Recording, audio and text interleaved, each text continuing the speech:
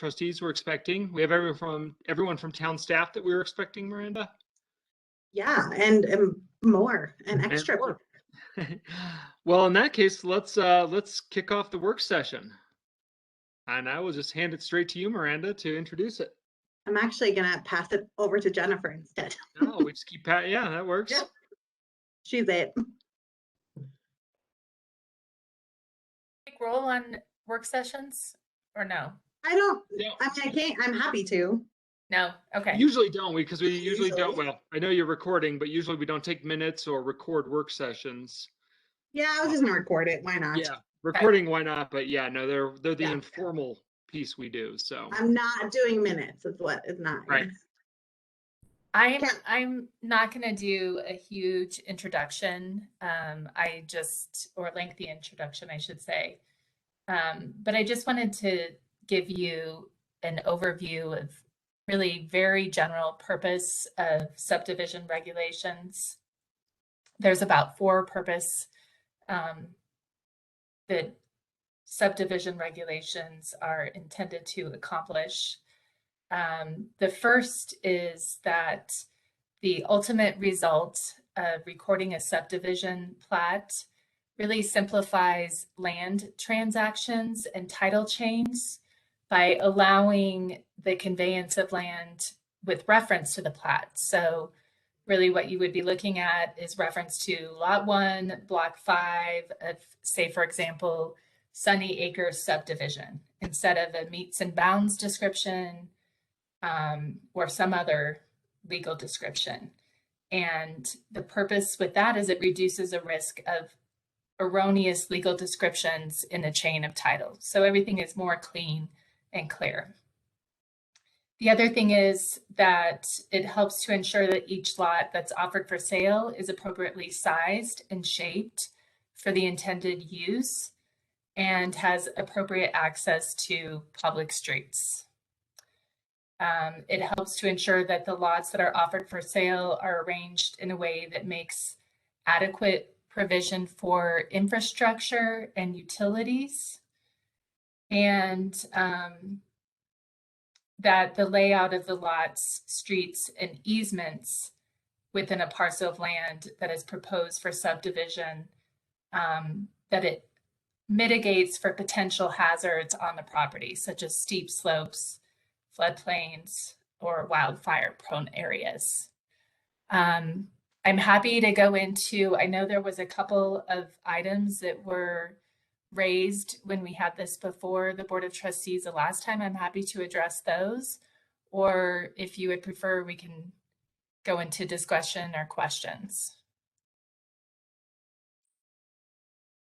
I would say, since we did have this discussion before the Board of Trustees already, if you can quickly sort of address the 1 or 2 questions the board came up with, that might be a good segue into current discussion. So one of the questions that you had, Mayor, was related to referral to the state geologist. And that is the reason for that referral provision. It's in the state statute. And so municipalities must send notice to the state geologist for any major activity. So that's 5 acres or more. And that's before approving any zoning change, subdivision, or building permit application. And the reason for sending it to the state geologist is so that there can be a determination if the application, the subdivision, will interfere with the extraction of commercial mineral deposits. And so then the state geologist must get back to the municipality within 24 days as to whether that's a potential issue. I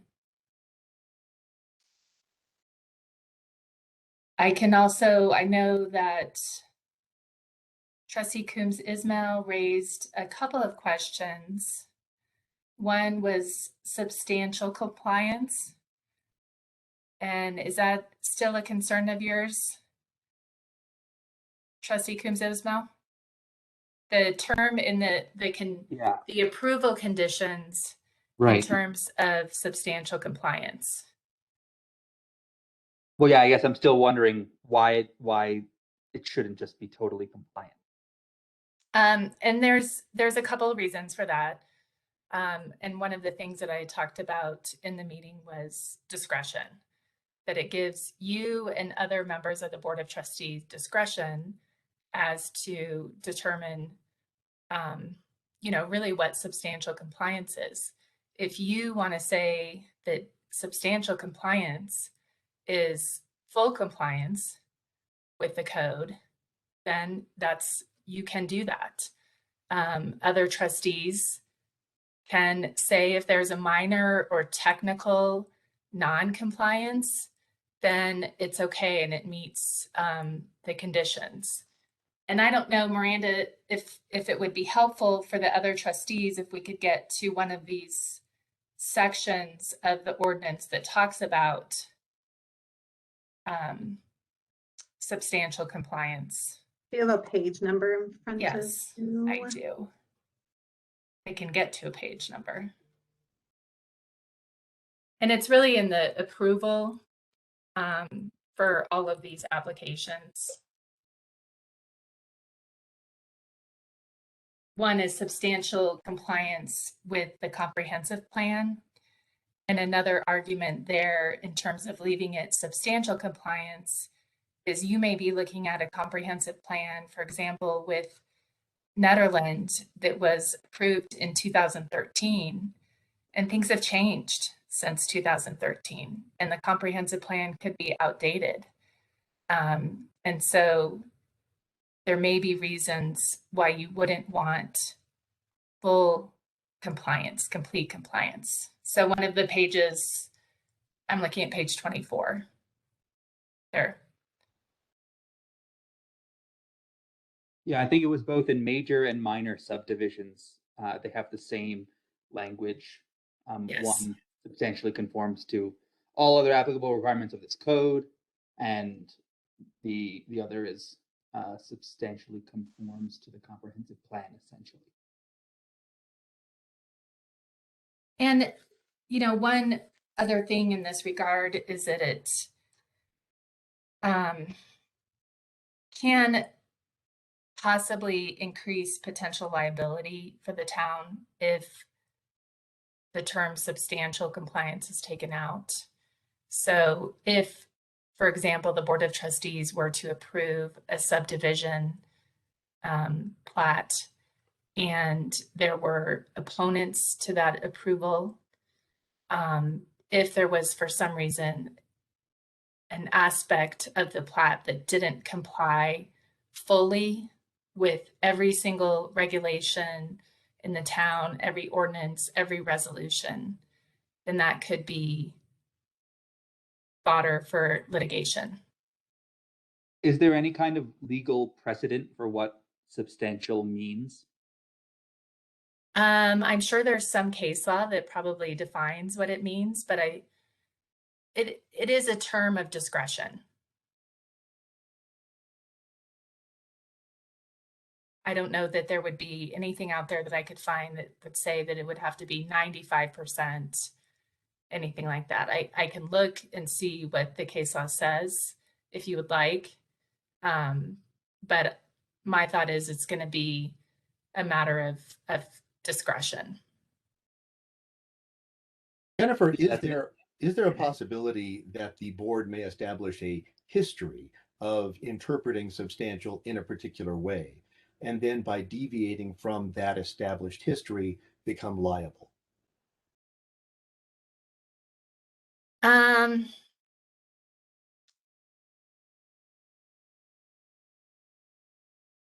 I think probably not. Okay. So I think we just need to keep it. Just need to shake it up. Make sure we don't, stick with something for too many of these. Okay, and then we'll be fine. Well, why can't we just get rid of it again? Just The term substantial? yeah. Because Well- it protects the town. Right. It would allow us to say, you know what, this is what the words say, but we're kind of understanding it in this way because things have changed. That's what substantial, I think, helps us do. It does. And Just a loophole. The other thing is that for these major and minor subdivisions, these are going before the Planning Commission, these are going before the Board of Trustees. And you all are deciding whether these subdivisions meet the criteria. If there were no discretion in terms of, if it was really just to check the box, this would be an administrative function. And the town administrator could review and approve these applications. I get it. I have one more question. Where can I see this on my own? I'm looking in the agenda and I'm not seeing it.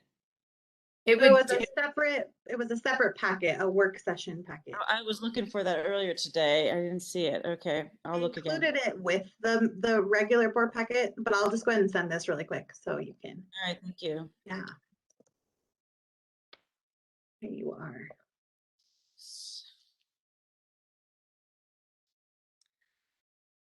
Yeah, I mean, my only concerns regarding this really are, I mean, one, the idea that it only needs to substantially conform to code and town ordinances, I find to be it's a little incongruous in my mind. Like a town code and ordinance should not be optional. That should be just the way things go, because it goes through this rigorous review process and it is democratically kind of the law of the town. So substantially conforming to code worries me. Because why shouldn't it just conform to code? Because code is code. You just have to conform to code and that's it, right? I mean, that's what the code is there for. And I can, again, understand the idea that it only needs to substantially conform to the comprehensive plan, especially because even the 2013 comprehensive plan sometimes contradicts itself in some ways. And so then you have a problem where how do you read that? And because a comprehensive plan is not code, and is not legally binding as such, I understand the idea of substantially conforming to that, though I don't like the idea of being able to ignore the comprehensive plan when making these decisions. I think that that's quite problematic. But it seems to me that the one that makes sense to me is the comprehensive plan, that it's too dangerous to say it has to conform to a comprehensive plan that may or may not contradict itself. When it comes to town code, it just seems like it should simply need to adhere to town code. the one thing I will say there is that, so you take a look at subparagraph C, and that's the one that seems to be concerning to you. If you look at subparagraph B above it, that the proposed subdivision and development conform to the applicable requirements of the zone district where the property is located, and that's all the setbacks, heights, lot length, minimum lot sizes. That is really the most important piece of a subdivision plat, is that it conforms to those requirements. So there is no substantial there. There's no discretion there. And related to other sections of the code, there's also inconsistencies in the town code. So that's my thought on C. Yeah, as I was saying that out loud, I was reminding myself of the inconsistencies in town code. And so in that case, it does make sense. I just wish that there was a more kind of clear rule of thumb or legal precedent for what substantial means, just because it feels like a board could essentially interpret that to mean that they can ignore certain aspects of the town's comprehensive plan or town code when making the decision and just not consider it at all, which I find to be just inherently problematic. There is one provision in these regulations that allows for an administrative interpretation of the code. And one thing you could do is, after this ordinance is adopted, you could direct town staff and Miranda to provide an administrative interpretation of what substantially means. So that would be kind of a policy document that would accompany the regulations.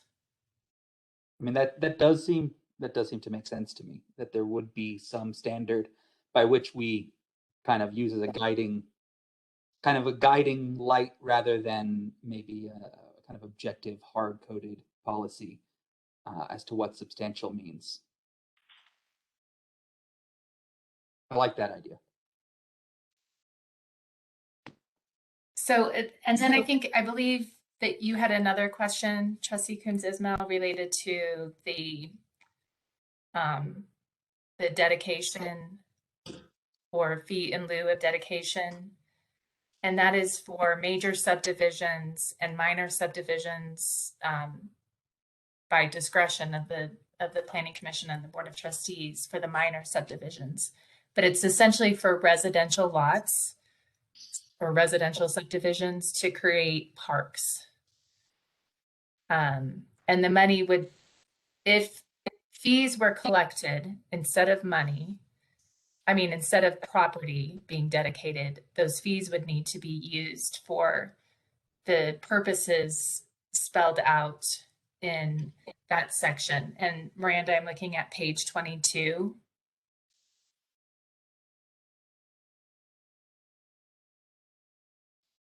So it's 17-46.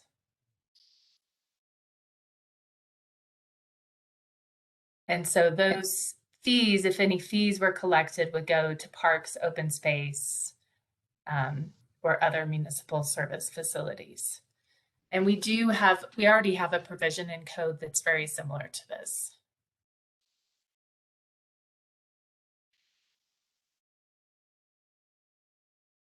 So this is basically in lieu of, if they have a big subdivision and making open space, they just put money into a bank account in Town and Ned, so they can just develop the whole lot.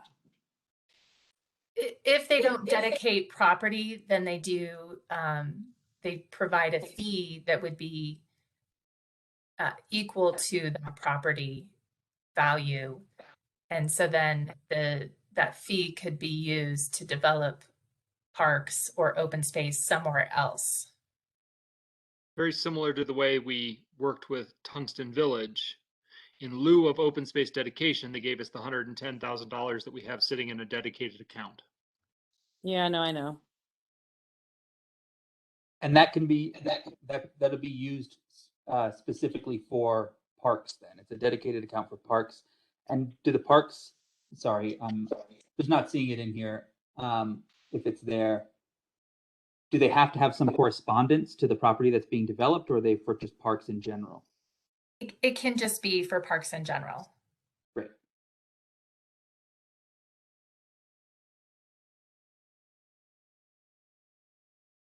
Yeah, I think that answers my question. I like that provision. I think that it's good to have it in there.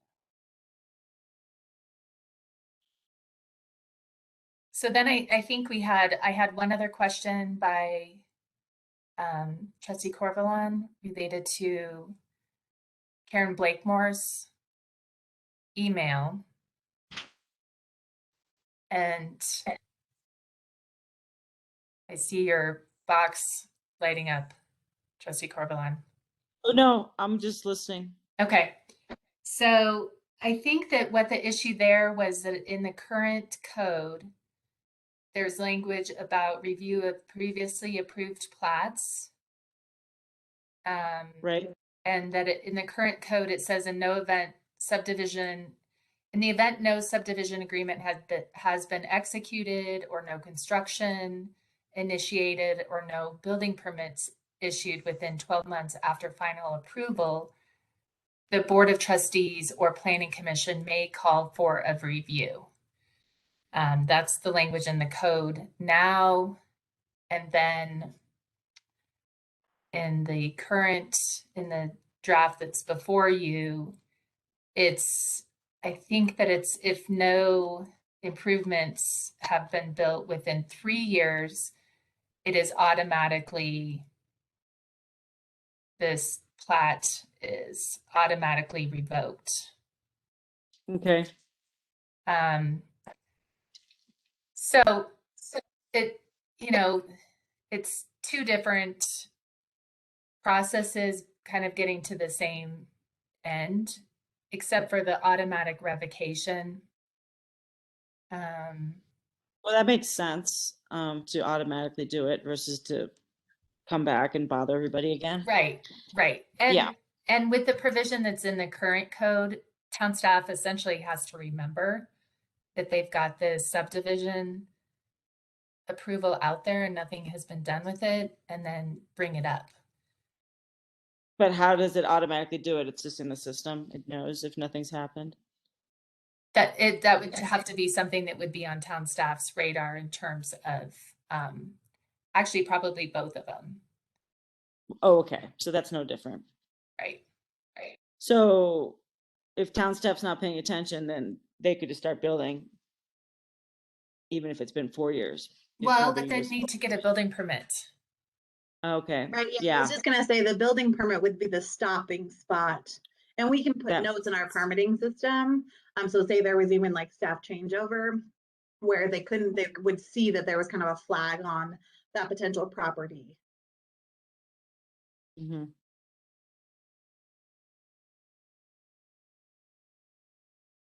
And right now, if a permit's been approved 2 years ago, that means they would have 1 year, or they would have the 12 months? What would it be for? Like, you're saying right now, if nothing's happened within a year, it has to go back to us. So right now, if nothing has happened, if they haven't signed this subdivision, let me look at the language. If they haven't Started signed building. an agreement, they haven't started construction, or no building permit has been issued, then the Board of Trustees or Planning Commission may call for a review. I don't know, and Miranda might know better. I don't know if that's something that is a provision that's ever been taken advantage of. Mm-hmm. Not to my knowledge, and even like the most recent PUD was Little Bear Village, which is obviously going up. Yeah, they built right away. Okay, well, it makes sense. I guess give them 3 years. So those were, I think, all of the questions that were raised in the work session. Yeah, So, trustees Jennifer, have, oh, go ahead, yeah, Julian. I have a few questions. I'm not sure how relevant this is, but if I'm looking at section 17-41, I was very puzzled, and if this may not be of interest to anybody else. So Jennifer, if you could maybe just drop me a note, unless you have it on the top of your head. 17-41 refers to, quote, all 3 phases, end quote, of something. But I find no other mention of the word phase, nor any triplet that would be a likely candidate for what those 3 phases are. Do you know what those 3 phases are that's referring to? I also noticed that language, Julian. I didn't know what it referred to either. Let me look.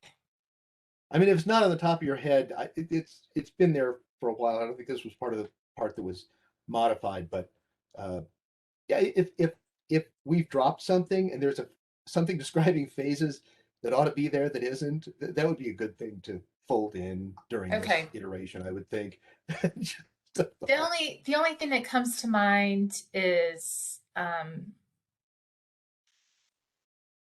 I actually don't know. I was going to say Well, that I'm looking here and I see on the screen preliminary plan, final plat.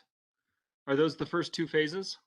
They do not maybe appear to be. They do not appear Yes, to be okay. because they keep showing up as a pair, never with anything clearly in between. And So I was assuming, Julian, that it was referring to the chart. that's Um, and you know what, that's possible. And if that could be clarified as a part of this, that would be wonderful. Okay. If it were a major rewrite, then I'd say no. Let's choose our battles. But if this is just a matter of saying, oh, by phase we're meaning these 3 things, that would be very. I think that would be good. Yeah, Okay. I thought it might be pre-application, application, and public hearing that were the 3 Yeah. phases. But Yeah, Yeah. that sort of thing should be explicit, I would think. yeah, I think so. or why have it there? Yeah, Right. Okay. the 3 magical phases, which you must find. So another one was, so I'm finding myself confused about the word plat, especially as compared to plan. And it's because plat in some areas of the document seems to refer to the map, the document, and in other areas it seems to be referring to the real property. Could you help me better understand plan versus plat and whether plat is meaning the document or the property? So there is a definition of plat, Mm-hmm. and that's the map. That is the map that's submitted to. Okay.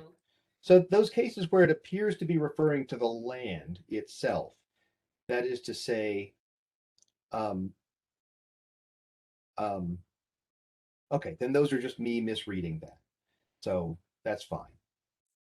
And I will look that over again with your assurance that that's referring to the map and see if I can kind of get my head straight around those phrases. I noticed a word, and I'm just curious. I noticed the term evidencing. Is that a term of art in law?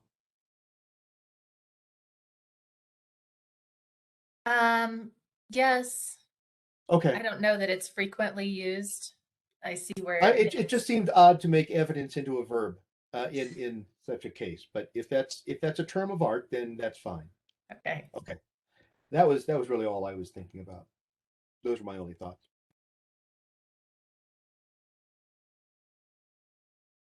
Other trustees have new questions have come up now that we've had a few more days to look at this. It's a long weekend.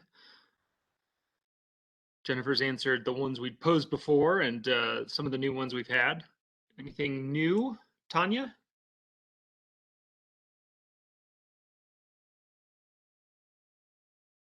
No.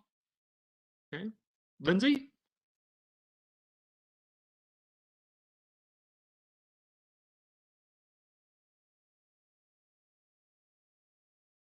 Can you hear me now? Yes, we can. Okay. Yeah, I think what Julian had brought up was interesting, the use of the word plat, referring to map or the piece of land. And it does seem confusing, I guess, in places as well. Because there's like plat vacation. Does that mean map vacation? Yes, it does. Okay. I mean, it means that you're vacating the subdivision plat that has been approved. In a sense, you're vacating a contract and not a piece of land. No, and you're taking in the plat vacation, essentially you're taking the lines that you've created to divide the parcels or divide the land. You're removing those lines. Right, which constitute kind of an agreement between the town and the builder, and that's why I was saying you're kind of vacating a contract. But you're saying by vacating the plat, you're vacating that agreement and throwing it open to be renegotiated.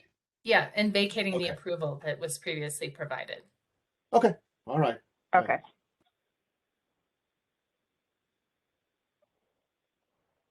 Eric, do you have any other questions that come up? No, I think I'm all right. Mm-hmm. I just What about want you, to John? make sure we follow up on that idea of there being kind of an administrative policy for what substantial means in Ned. Right. So the next step after this. Yeah. Jonathan, did you have any questions or things that come up thinking about this? No questions. Yeah. Yeah, me neither. I just really appreciate Jennifer answering all those ones that we posed a month ago or so, whenever it was. What sort of what I guess is for Miranda and Jennifer, what's the next steps on this?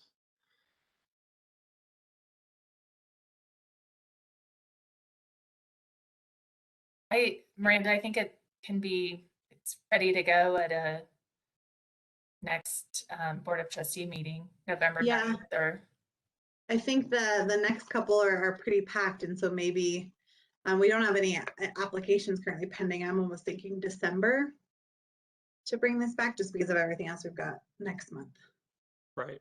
And we've had now a work session on it. I know we discussed it previously. I can't remember if it was a work session or in a board meeting discussion item. Does that mean, do we want to bring this back as a discussion item in December and then move it to action, or can we move this straight to action? I think it's up to you, but I would say it's okay to move it straight to action. Yeah, this is not something coming out of nowhere. I feel like we've talked about this one for a while, and the planning commission had it for a while before us. So trustees, do you guys in agreement that we bring this forward as an action item in December? Yeah, it was a scintillating read, and I look forward to not reading it again. I agree with that. I think it's good. Nothing like those 50-page ordinances, right? Right. I will say that Rick from the fire department does have some comments that he'd like me to take a look at. So I will do that before I bring it back. Okay. All right. This was a very efficient work session. Thank you, everyone. I guess we will adjourn this work session for 25 minutes and come back again for our regularly scheduled meeting at 7 o'clock. Unless anyone has any further subdivision related questions or comments. Thank you very much, Jennifer. That's very comprehensive, very well done, I thought. Indeed. Thank you. All right, bye-bye. All right. See everybody in 25 minutes. Thanks, Jennifer. Bye. Thank you.